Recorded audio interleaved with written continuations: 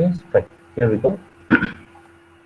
So last class we completed the converter part.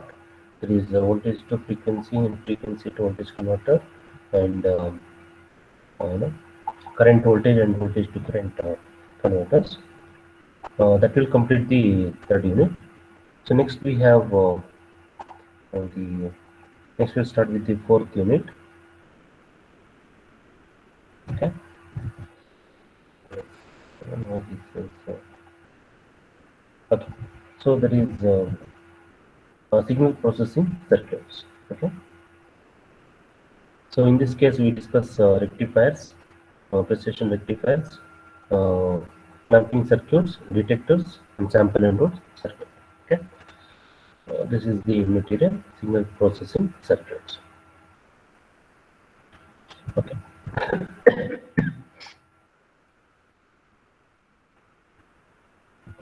okay, yeah. Okay. So here we go. Okay, yes, the basic idea of using an op amp is that it can improve the performance of a variety of signal processing circuit. Example, this for example, if you take a rectifiers, so till now we have discussed rectifiers using a diodes.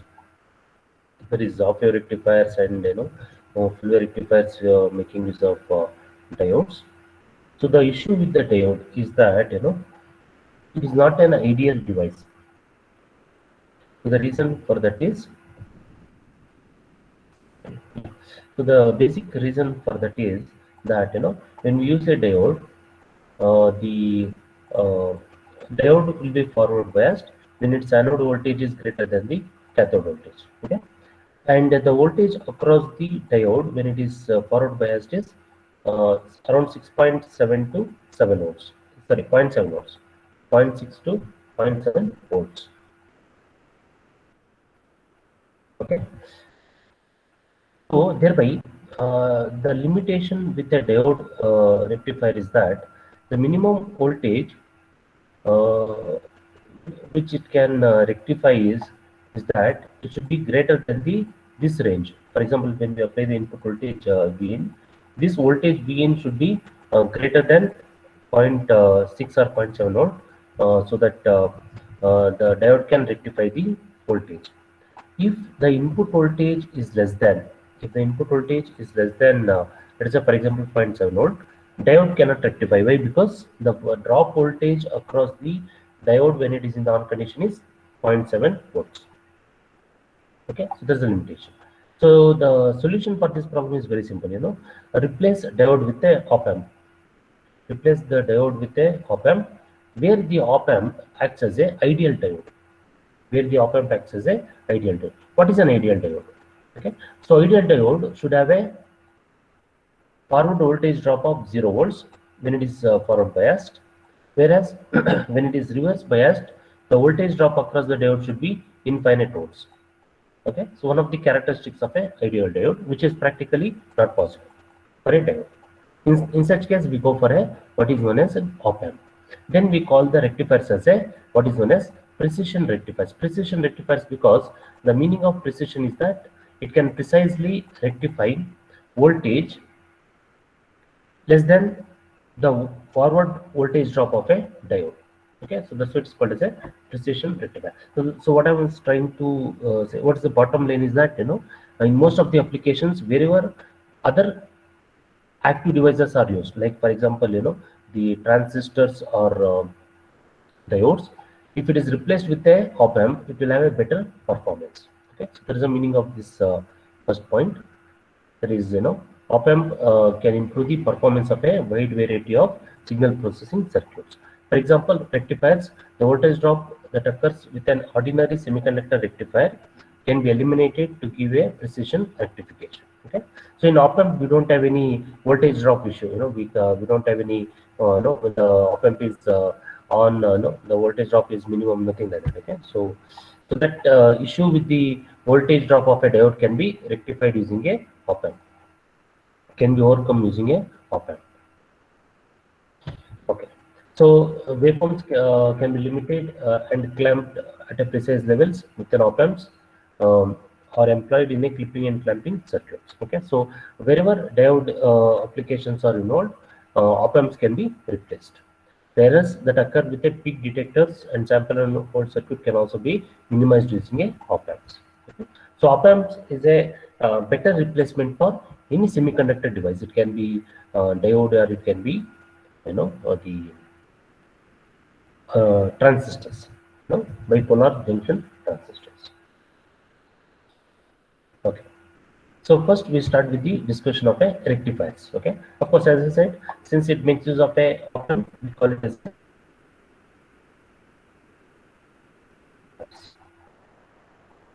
okay. So saturating. Okay. Now there are two possibility. One, what is known as a saturating precision rectifiers. Okay.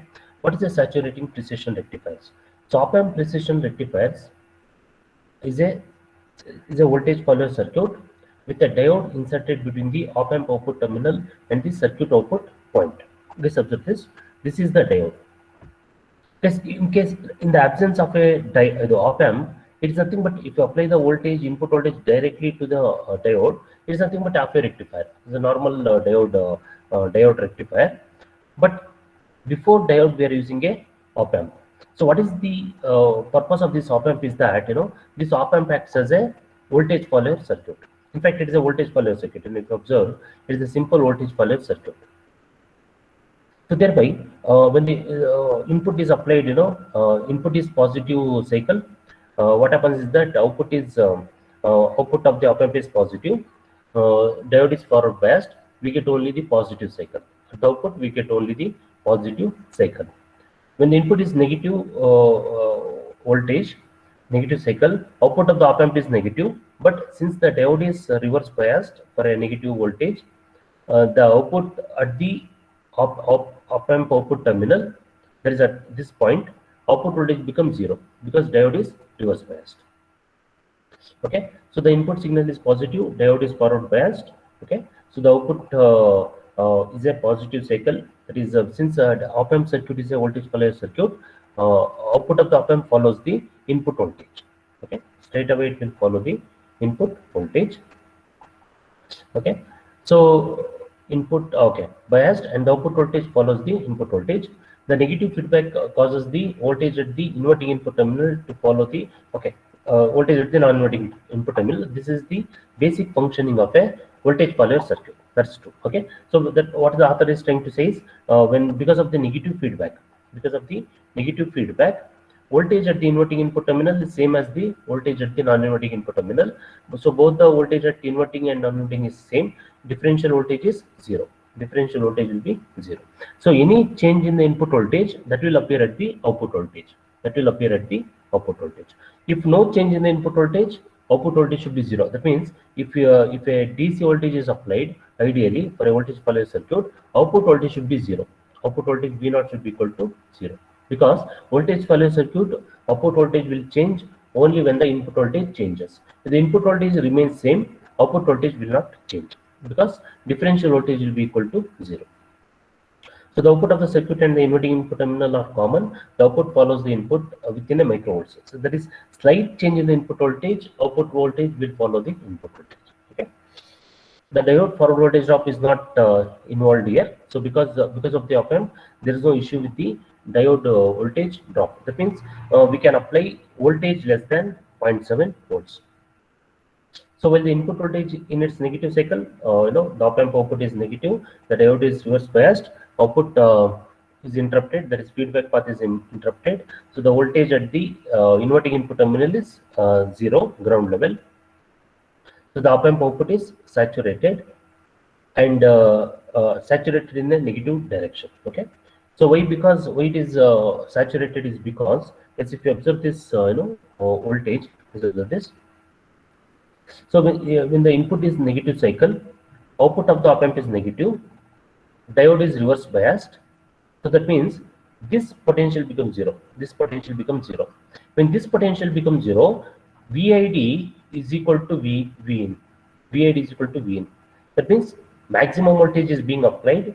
The op-amp acts as a open op-amp. It's a open loop op-amp. It is no more a closed loop op-amp. So because of that, the gain of the op amp is very large. The gain is very large, and then the output is saturated. Observe this waveform, guys. Output becomes saturated. Output becomes a very large voltage, but because of the diode, output voltage will be zero. Output voltage is equal to zero because of the diode. Okay. In the absence of diode, output voltage will be a very large voltage because of the inverting input terminal is at a 0 volt. Differential voltage becomes very large. The differential input voltage is very large for a normal op amp. Because of the very large gain of an op amp, output voltage becomes very large. In fact, it starts saturating. Output becomes saturated in the negative direction. Output voltage will be saturated in the negative direction. Okay. So this is because the feedback path is disconnected. This when the diode is reverse biased, this feedback path is disconnected.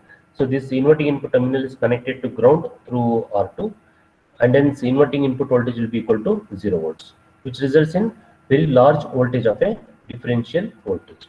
Differential voltage becomes equal to input voltage, and it is very large. Okay, so that is okay. So RL is grounded. So in negative direction, somebody is on the line. Okay, fine. Here we go.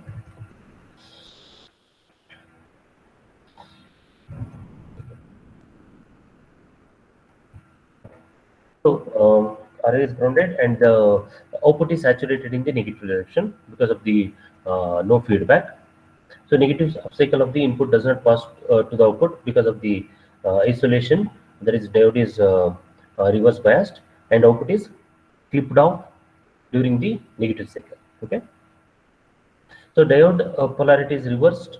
So the negative cycle of the output waveform will be passed to the output, and the positive cycle will be clipped off. Okay. That is, if the diode direction is reversed in this diagram, if the diode direction is reversed like this, then negative cycle will appear and the positive cycle will be clipped off. Only negative cycle will appear. Okay, so that means rectification. That is, it will give only negative voltage, negative DC voltage. Okay, so that is the point with respect to diode. Output cycle will be clipped off. Okay, yeah. So the advantage of op-amp precision rectifier over a simple diode rectifiers is that no diode voltage drop between input and output, because that is isolated.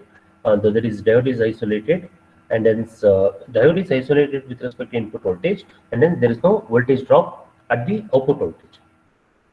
So ability to rectify voltage less than the 0.7 volt, that is the forward voltage drop of a diode. So this is a major advantage of a precision rectifiers. And in a normal diode, we get a rectified voltage. It cannot be amplified. Why? Because diode cannot amplify. It is just a like a switching device, turns on and turn off. It does not amplify. But in this precision rectifier, we can amplify the voltage by using a inverting or a non-inverting amplifier. We can amplify the output voltage, and also because of the op amp, it has a low output impedance than compared to normal diode rectifier. When we make use of a op amp, it has a lower output impedance. Okay, yes. So that is okay. So that is figure number that's shown in the 1B, that is 7-1B, that is saturating precision of a rectifier with a voltage gain. Okay, so instead of using a normal voltage follower circuit, something like this, if we make use of a resistor R2 and R3, sorry, R1 and R2, since it is a non-inverting amplifier, voltage gain of a non-inverting amplifier is 1 plus R1 by R2, So by selecting appropriate value of R1 and R2, we can select the gain of a non-inverting amplifier. So we can achieve the voltage gain of a rectifier. That is possible by using a non-inverting or inverting amplifier also. So the author has shown the non-inverting case. The same thing applies for a inverting amplifier also. Okay, so input waveform in its negative cycle, the output of the op amp saturated in, okay, that's we discussed. Sometimes it is required to get a op amp output saturation, op amp out of saturation, and this will limit the frequency response of the circuit. Okay. non-saturating precision rectifier must be okay. Because what is the point in this line is that it is required to get output up and output out of saturation. Okay, yes, the idea is this. In this case, in this circuit, what will happen is out during the negative cycle, op amp output becomes negative, diode is reverse biased, and when the diode is reverse biased, output of the op amp becomes output at this stage, it will be negative saturation. It will be negative saturation. The problem with this negative saturation is that when the input becomes positive, again when the input becomes positive, op amp takes some time to switch from negative saturation to positive saturation. Because see, it is not a symmetrical waveform. If you observe this waveform, the output of the op amp, it is something like this. During the positive cycle, let us say this is the input voltage, this is the input voltage V in. The output voltage will be something like this. The output voltage, I think I should write this line somewhat above, so that negative cycle will be can be shown like this. Okay, this is the output voltage. Okay, so positive cycle is okay. Positive cycle is allowed by the op amp. Okay, so this is okay. But for the negative cycle, what happens is that during the negative cycle of the input voltage, op amp output will be saturating. Op amp output will be minus V0 saturation. Minus V0 saturation. Because of this, again when the input voltage becomes positive, output voltage is positive, fine. But the time required for an op amp to switch from negative saturation to the positive voltage, this duration is very high. This duration is very, very high. This time duration is very high. Okay. So if this is prevented, there is if the op amp is prevented from going into negative saturation, so switching frequency of the op amp can be improved. So that's the basic idea. Okay. So we have to somehow prevent the op amp from going into negative saturation. Okay. So and then for high frequency performance, non-saturating precision rectifier must be used. Okay, that means we have to make sure that op amp should be prevented from going into negative saturation when the input cycle is negative, so that we can use the precision rectifier for a high frequency signals. Okay, so 7B 1B we discussed, it is for a with a voltage gain. So making use of R1 and R2, we can achieve voltage gain of a op amp. So this is a non-inverting amplifier with a diode input. So the circuit is designed exactly as a non-inverting amplifier, except that the current through R1 and R2 should be minimum of 100 microamperes. Okay, so that is why selecting R1 and R2, we have to make sure that the current through this R1 and R2, there is this current. There is I1, we can call it as I1, I2, whatever it is.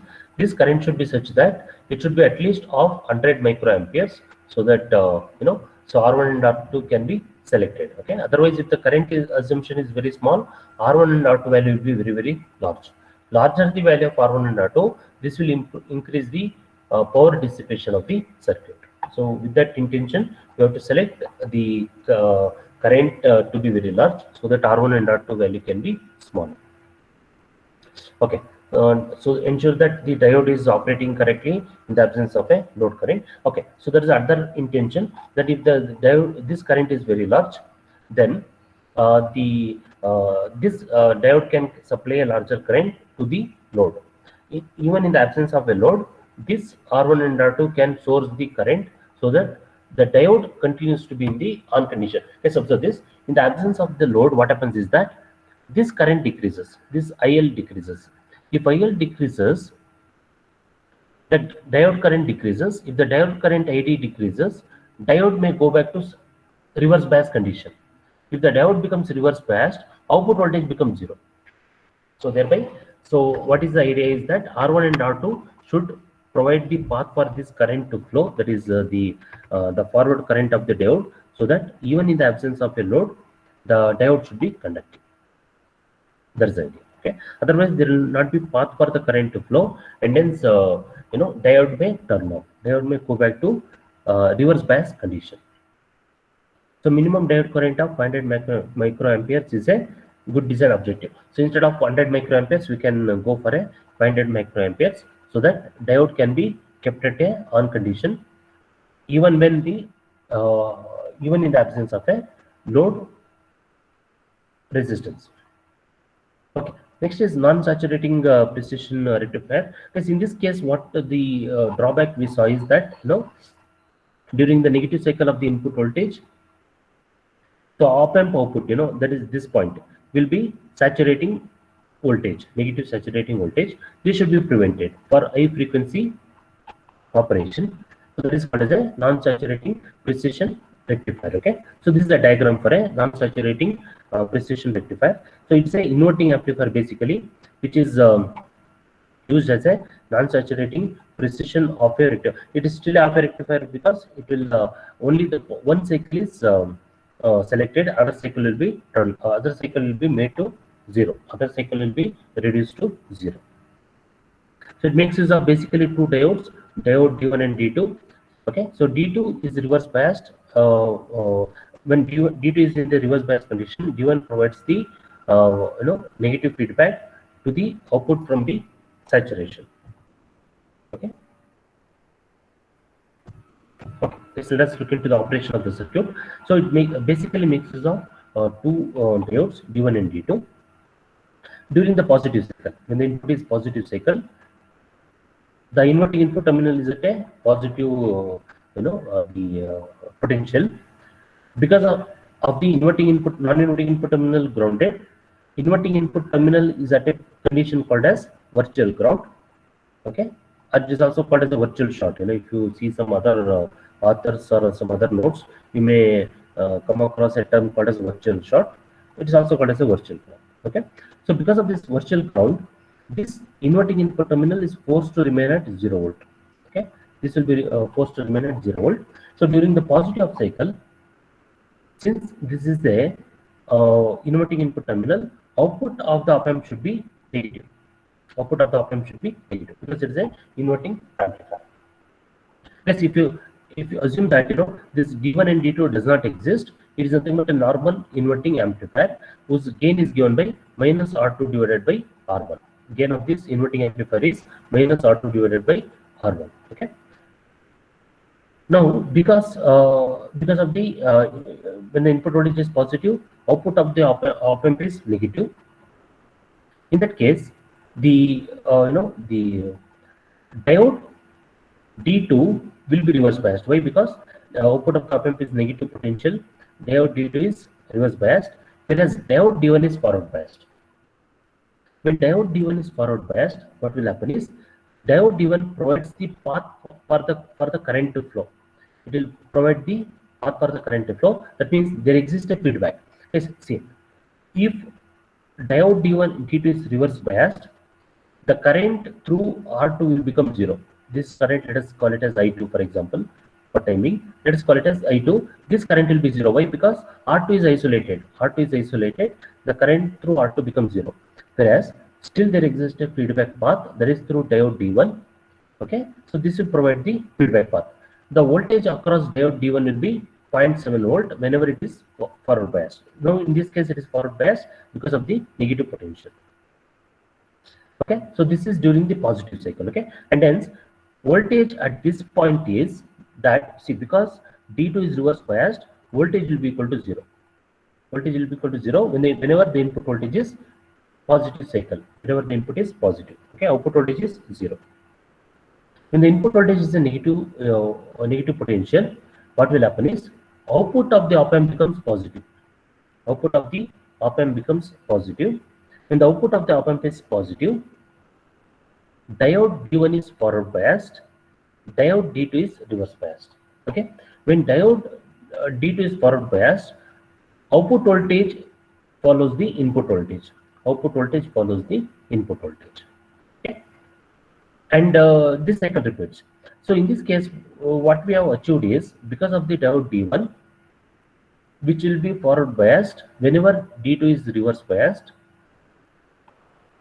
which provides the feedback path. So because of this feedback path, what will happen is, see, what is the kind of feedback D1 is providing to the op-amp? It is providing a negative feedback. It is providing a negative feedback. Because of the negative feedback, what will happen is output voltage is forced to zero.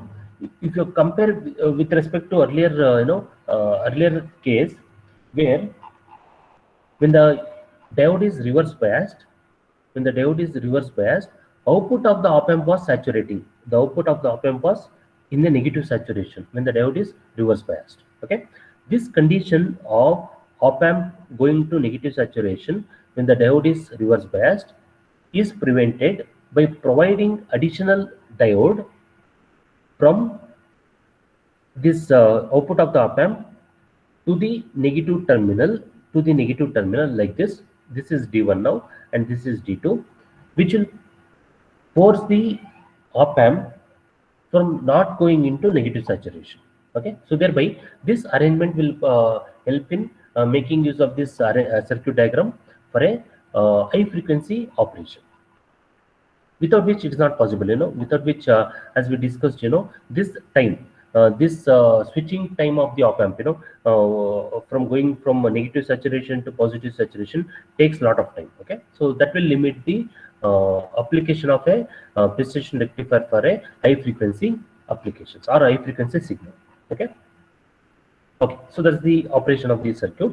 Output voltage is given as minus Vin into R2 by R1. So there is a gain of the amplifier. So it's nothing but this. If you rewrite this equation as V0 by Vi is equal to R2 by minus R2 by R1. It's nothing but the gain of the inverting amplifier. Okay. If R2 is equal to R1, V0 is equal to Vi. With, of course, it is inverted. V0 is equal to minus Vi because it's a inverting amplifier. Okay. So during the negative of cycle of the input voltage, if R2 is greater than R1, the output is amplified. That is, we can achieve the amplification of the output voltage. Okay, so it is going to be inverted and of a rectified portion of the input voltage. It is not only amplified; it is also rectified. Okay, so during the positive cycle, the op amp output terminal goes to negative, causing D2 to okay. This we discussed, guys. This we discussed. The same thing is explained in terms of watts. Okay, so in this case, the output settles at the voltage that keeps the inverting input terminal close to ground level because of the negative feedback. In this case, the voltage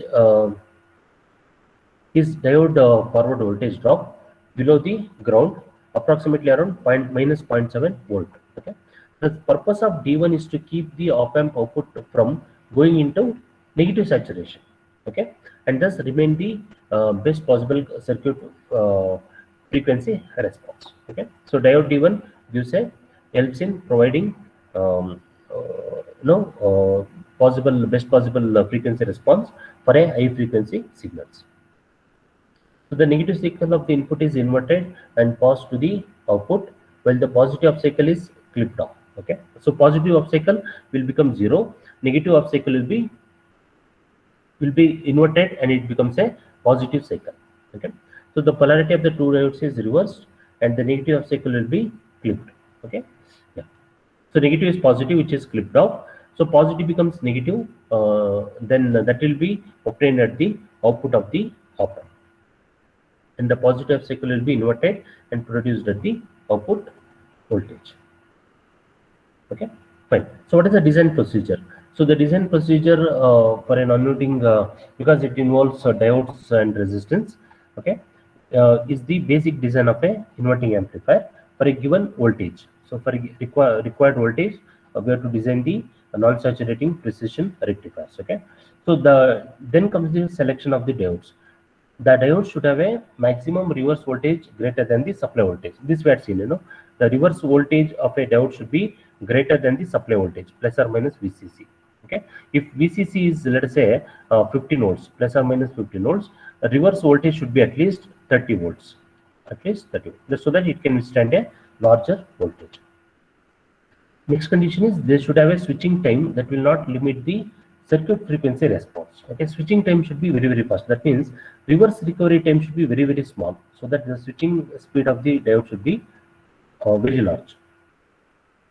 So diode requires reverse recovery time represented as TRR, not VRR. It should be TRR. Reverse recovery time must be much smaller than the time period of the highest signal frequency to be processed. Okay, this we had discussed in the earlier case.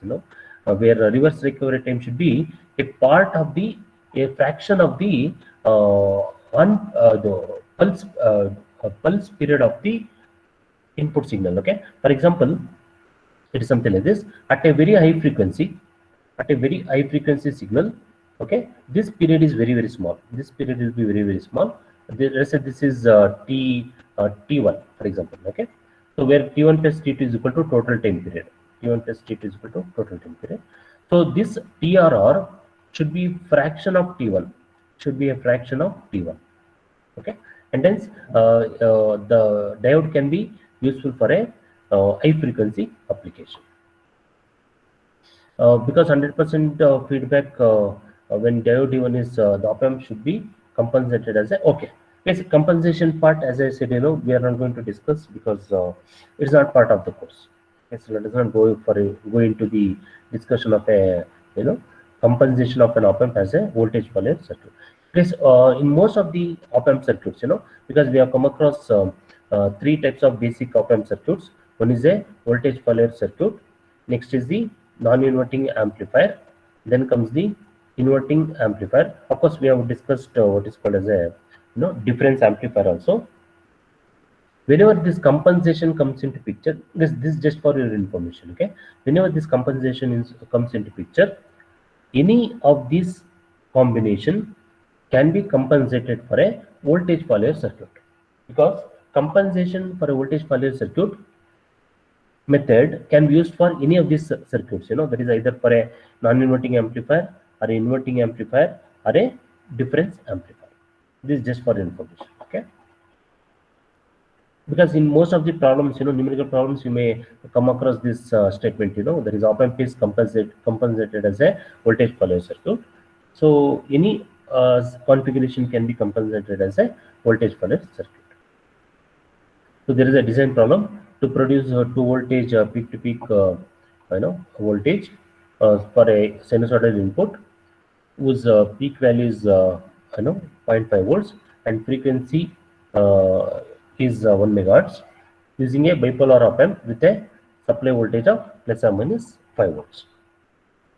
So again, the assumption is that the current I1 should be larger than the IB max, which is around 500 nanoamperes for a 741 op-amp.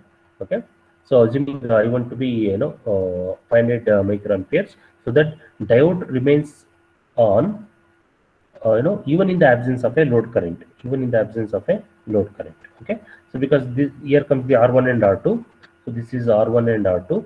So even when the RL is 0, there is no load, this R1 and R2 should provide the path for the diode current.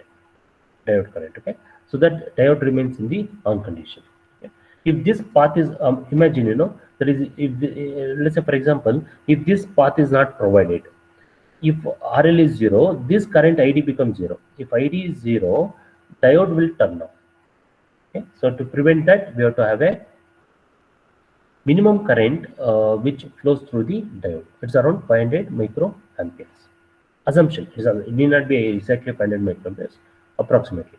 So with 500 microamperes R1. So this R1, if you see this diagram, there is this R1. Across R1, input voltage will appear, VI in this case. Okay, and the current through R1 is I1. Okay, using this I1 is approximated to be 500 microamperes. Okay, so that these diodes are properly forward biased. Okay, in the absence of a load resistance. So R1 is given as a ratio of current voltage to current.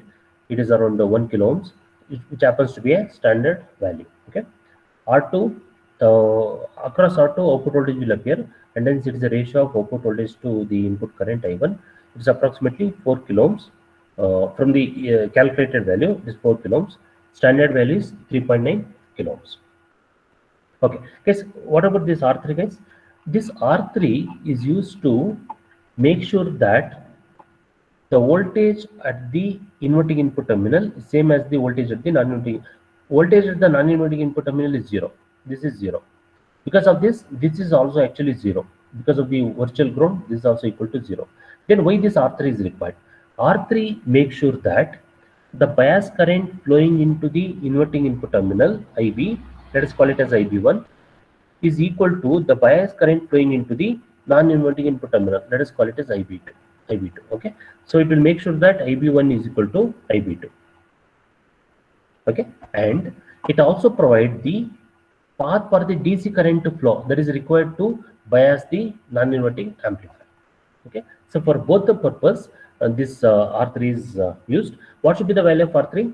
R3 should be equal to the equivalent resistance at the inverting input terminal, which is equal to parallel combination of R1 and R2. Why it is parallel combination of R1 and R2 is that this point is at a virtual ground. Because of this, it is as good as having two resistors connected in series, but the junction is grounded. Junction is grounded, which is the virtual ground. Because of this, these two resistance R1 and R2 are effectively is a parallel combination. Okay, so R3 should be equal to parallel combination of R1 and R2. That's the basic idea. This is because of the virtual ground. Yeah, here we go. So hence R3 should be equal to parallel combination of R1 and R2 is approximately 796 ohms.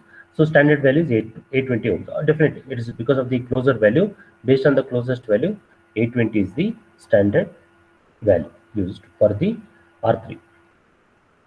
Reverse voltage should be greater than some of the supply voltage. Some of the supply voltage is for a plus or minus 15 volts, it is around 30 volts. So we have to select the diode in such a way that reverse voltage should be at least greater than 30 volts. Reverse recovery time should be less than the total time period. At least it should be 1/10 of that. So for a frequency of 1 megahertz, reverse recovery time of the diode should be at least 0.1 microfarad. 0.1 microfarad. Okay. So, and the op amp should be compensated as a voltage follower circuit. As I explained, any amplifier can be compensated as a voltage follower circuit because that is the standard method of compensating the op amp. Okay, yes, there is a slight modified version of a precision rectifier. It is called as a two-way compensated, two output precision rectifier. Okay, yes, in this circuit, what happens is that yes, this is the circuit. In this combination, in this arrangement, yes, if you observe this circuit diagram, it's same as the precision, non-saturating precision rectifier circuit. In that, what was this change was that diode D1 of course provides the feedback, but there was a separate feedback network, separate feedback connection to the inverting input terminal. Okay, now that is provided through resistor R4. Earlier it was provided through resistor R2. Earlier there was a resistor R2. Instead of that, there is a separate resistance R4 through which the diode D1 will provide a feedback, negative feedback to the inverting input terminal. Another slight modification is that this diode D2 was something like this. Diode D2 was something like this. So this was connected to the load RL. Okay.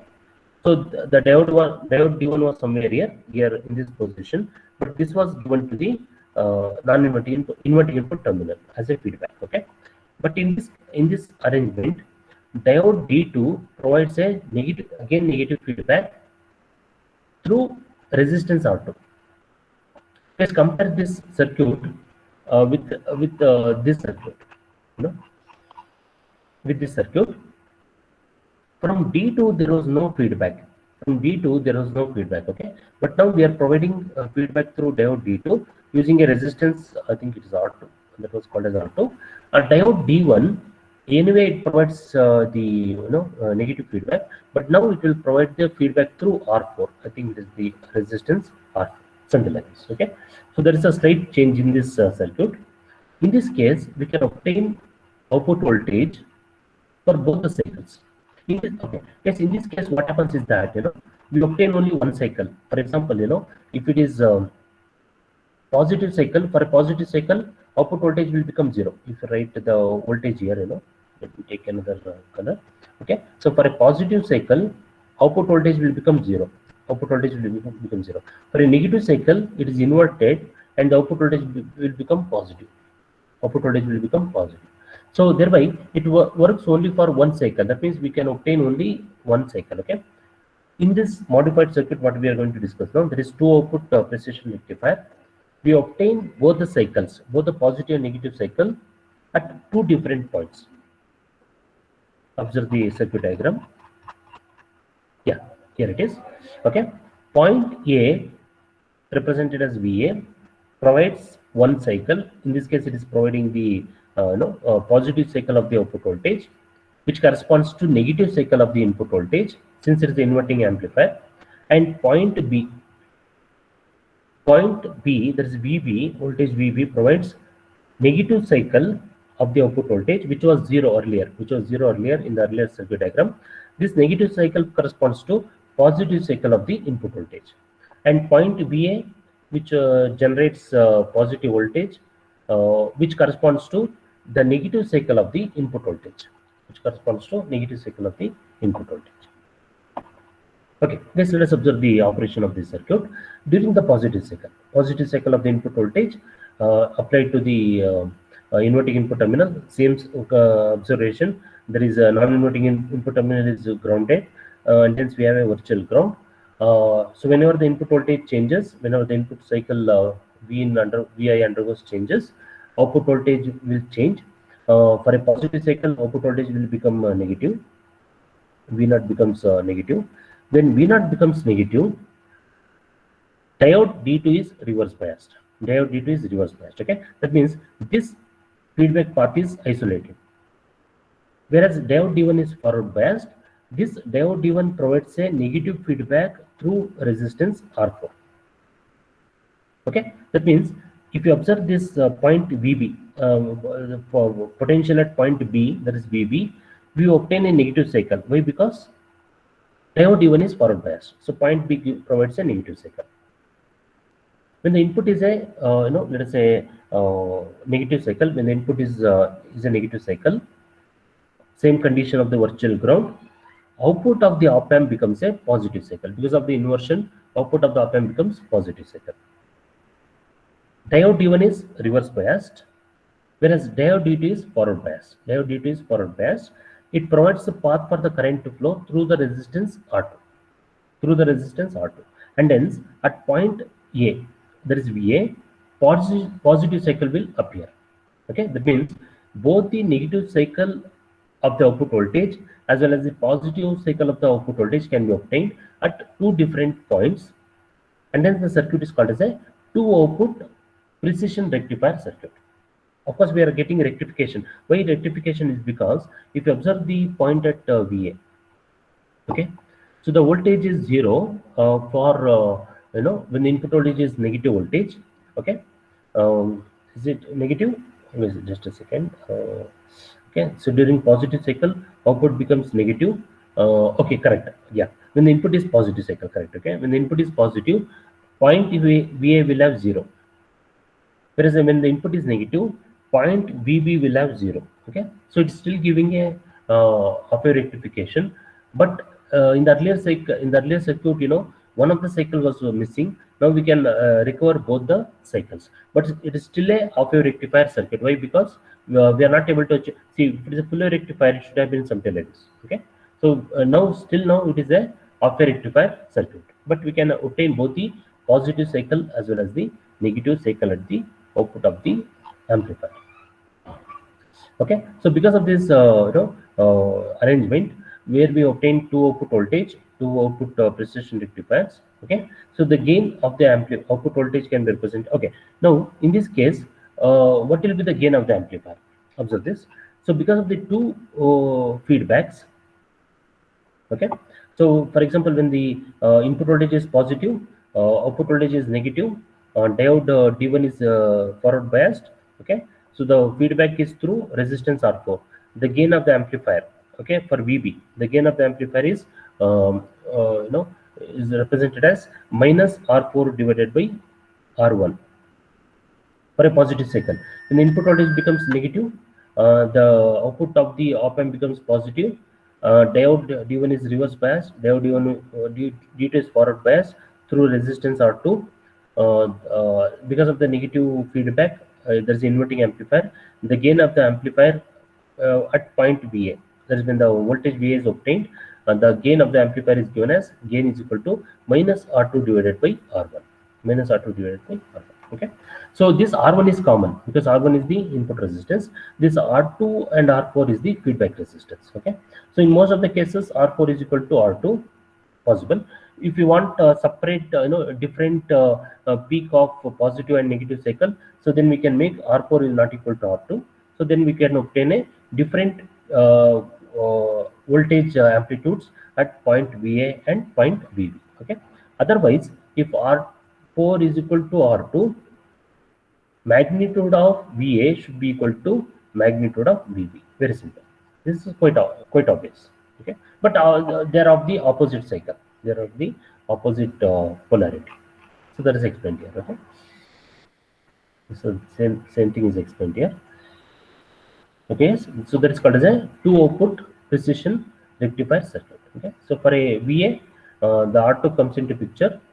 For VB, R4 comes into picture. That's all the difference. Okay. With the positive of a cycles, the output terminal. Okay. Fine. Yeah. Okay. Yes, that is explained here, guys. The same thing is explained in the diagram.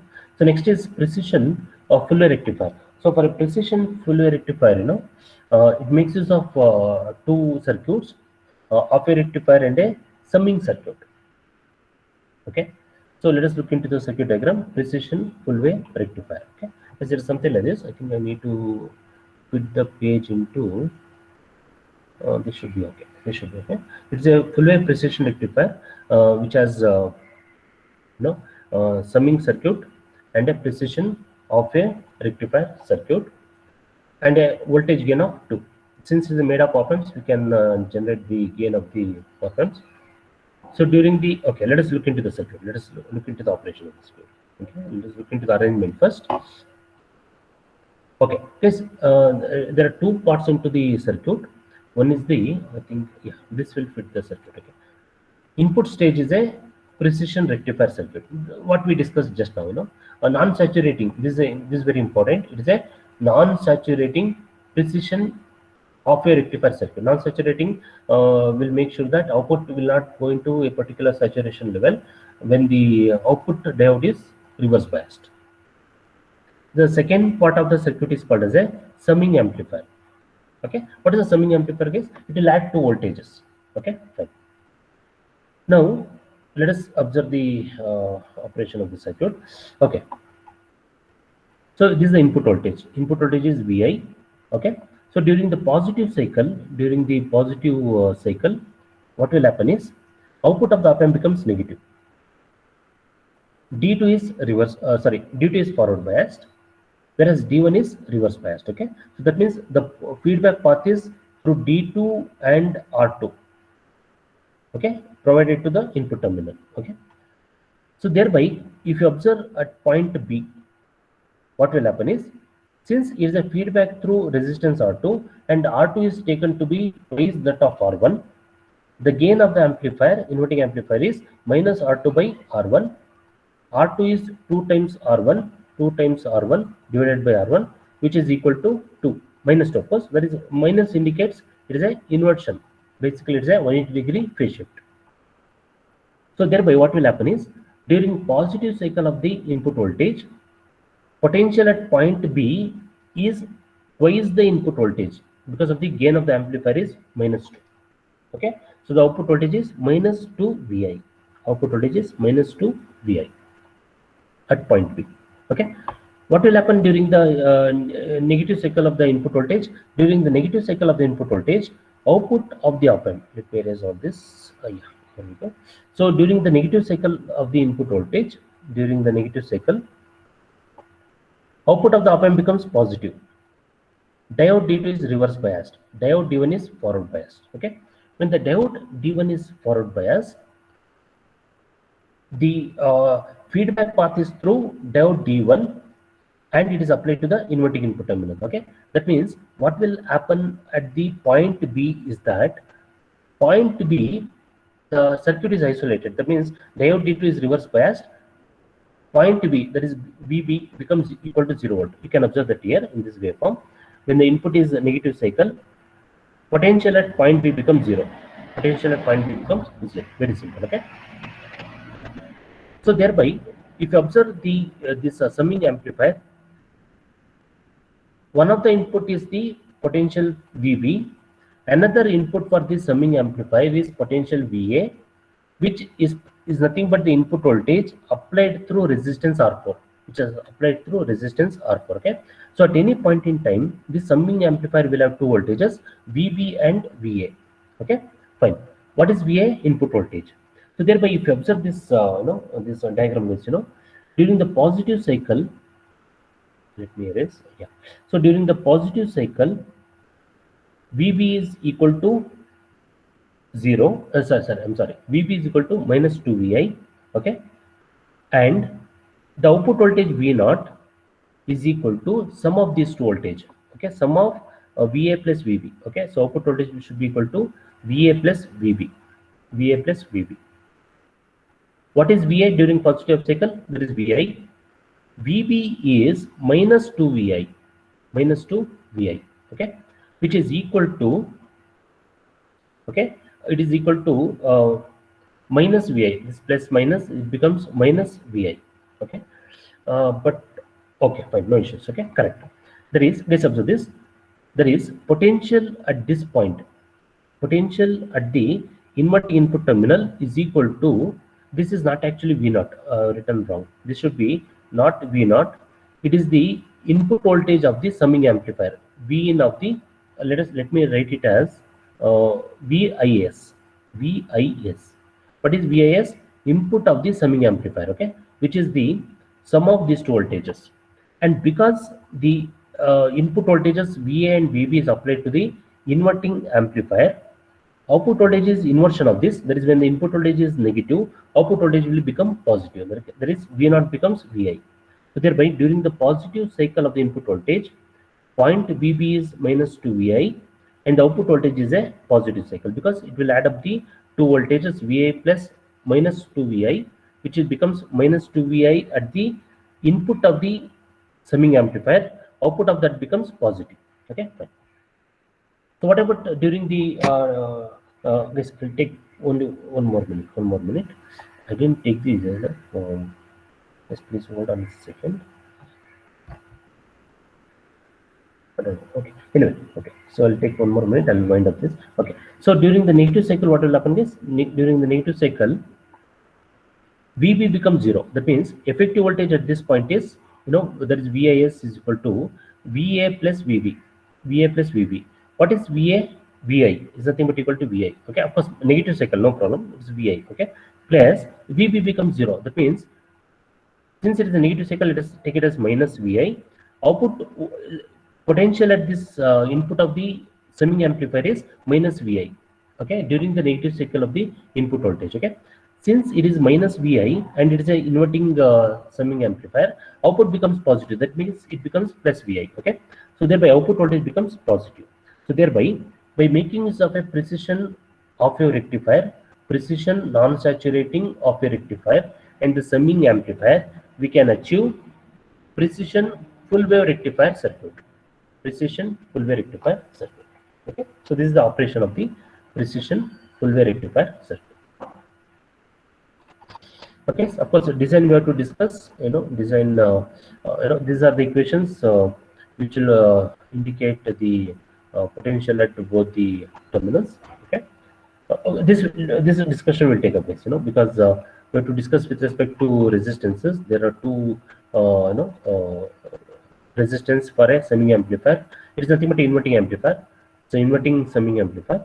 So with respect to this inverting summing amplifier, the gain of the amplifier is given as minus R6 by R4, and hence we obtain the voltage with respect to summing amplifier.